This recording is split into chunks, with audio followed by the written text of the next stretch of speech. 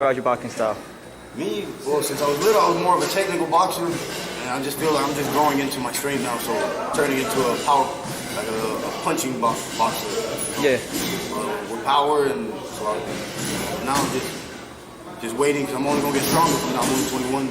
Okay. I turn 22 next month, so by the time I'm 24, 25, I'm going to be insane. Yeah, you be killing it, man. Oh, Durican, let's go! Go!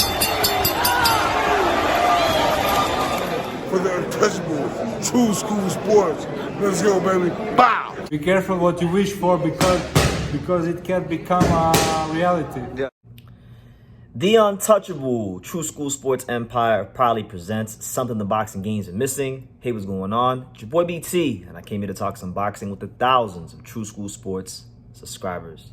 All right, so I'm finally happy to be talking about this because this happened a week or so ago, and to me it was a big story in boxing because, you know, Frank Warren has been signing some American talent, like he signed Brandon Lee, who many of us know from his days at PBC and being a 140-pounder who has a lot of fights, but not like a lot of substance behind those fights.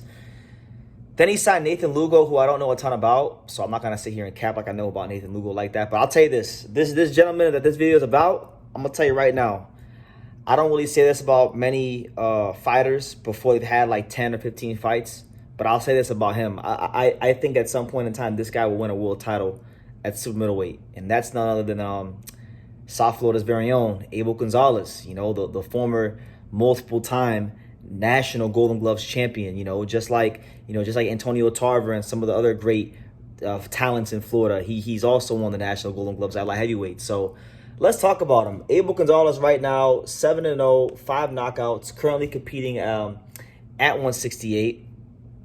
And why am I so high on him? You guys may ask, why am I so high on him, apart from like the fact that he was a 2-time national Golden Gloves champion? Well, first and foremost, I've been seeing Abel Gonzalez for a long time in South Florida on the amateur fight scene.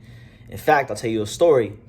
The first time I ever saw Abel Gonzalez, I didn't know who he was. I remember the year was 2017, and it was an amateur show down at the Hyatt Regency Pier 66 Hotel out there in Fort Lauderdale. And I was there at the time to watch one of my good friends, Joshua Rodriguez, this one kid from Canino's Boxing Gym in Dania Beach, who I grew up with. He had an amateur fight that day, so I was there to support him. But in the midst of me there to watch my friend, I see this kid score this just ridiculous one-punch knockout. Bang! Straight right hand.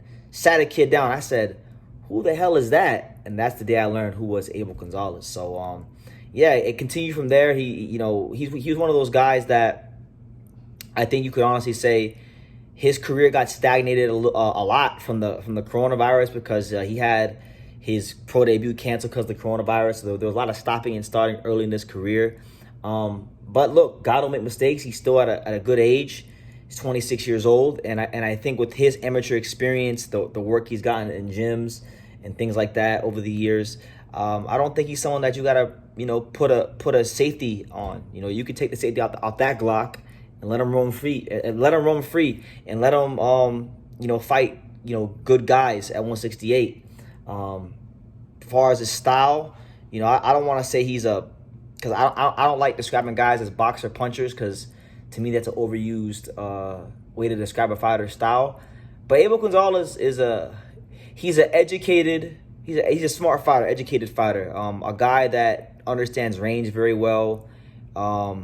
He can be the aggressive counterpuncher. I mean, I don't know if I would really put like a label on his style. I think he's just a very well-rounded guy who does have above average knockout power. So he's a guy that I think if you wanted to box you, he can box you.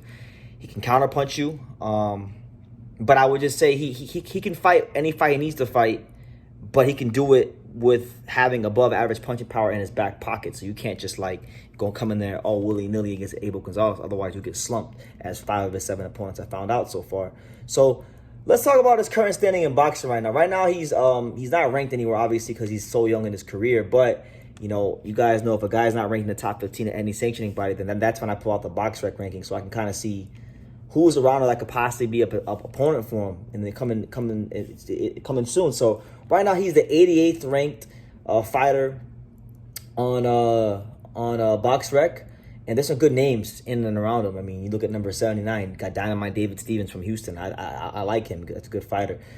Marcelo Coceres. I think Abel Gonzalez could beat Marcelo Coceres right now. We know he's not an easy out for anybody, you know. Good veteran. Daniel Blancas, David Benavidez prospect. That could be a fight down the line for the future. He's 10-0, but I think, you know, that would be a really good one. Blancas, big, strong kid, tall, can punch. Abel Gonzalez, big, strong kid, counter puncher. Got good amateur exploits.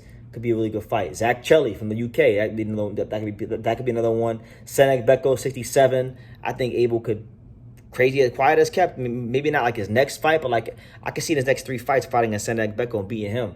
Just because that's what I think about it. Damon Nicholson, 64. He fought Andrade, fought Berlanga, fought Jesse Hart, fought all kinds of guys in his career. He's always a good name to have on your resume. Sean McCallum, the one that fought Diego Pacheco, really tough fighter to deal with. Took Pacheco the distance and made him look kind of regular in their fight. I think in another couple fights, Abel could probably beat him. I rate this kid. I rate this fighter a lot. And I do videos about young fighters all the time. You know, I don't like ever saying, like, I think this guy's going to be a world champion or that guy's going to be a world champion. But I think this guy will be a world champion. I really do. And the good thing about it is Abel Gonzalez is a well-rounded fighter, good head on his shoulders, and he's got a good team behind him, which I think is just as important as being a great fighter. You know, he's got a good manager, Ryan Rickey, and things like that. I think he's at Beta Bay Boxing now with Jeff Portz and those guys. So that's a good culture down there in South Florida. So, yeah, man, Abel Gonzalez, I'm going to say it like this, man. There's not a lot of fighters from South Florida that I would say, like right now, I'd say they're a world champion. There's some guys that are dynamic talents like Eric Tudor and Lorenzo Medina and Luis Hernandez, who's going to turn pro soon, and Sasha Tudor, who had, you know, a tough go of things in his pro debut as he fought for a draw. But I really do think if I had to bet my life on one fighter from South Florida becoming a world champion, it wouldn't even be Xander Zayas. I mean, Xander's good, but I don't think he's going to fight for a world title. I think Abel Gonzalez could actually become champion maybe even a little bit before Xander, honestly, because that's the moving Xander kind of slow, and I think they're going to move Abel kind of fast because he's that good, you know. So I'll leave it at that. Those are just my thoughts. I wanted to talk about this. Abel Gonzalez is a Queensberry fighter, so I would assume that there will be some Saudi fights in his future. Turkey Al-Sheikh money coming his way, so good for him, man. He gets to take care of his family, you know. No hate there. That's what this is about at the end of the day. So yeah, let me know what you guys think, man. These are my thoughts on Abel Gonzalez, the former multiple-time National Golden Gloves champion, 7-0, 5 knockouts, South Florida's very own. Shout out to Kangaroo Boxing Gym and his dad. I really do rate him, and I do think he's got a great chance to be a world champion, and I'm backing him all the way. So let me know what you guys think in the comments down below. Make sure you guys take the time to subscribe, and like I say in every single one of these videos, you can love me or you can hate me, but I'm just a kid from Daniel. So until next time, take care, guys. Thank you for watching another video on the untouchable True School Sports Empire. I'm at the Boxing Hall of Fame out here in Canterfield, New York. And for more great boxing content just like this video, make sure you click and subscribe right over here.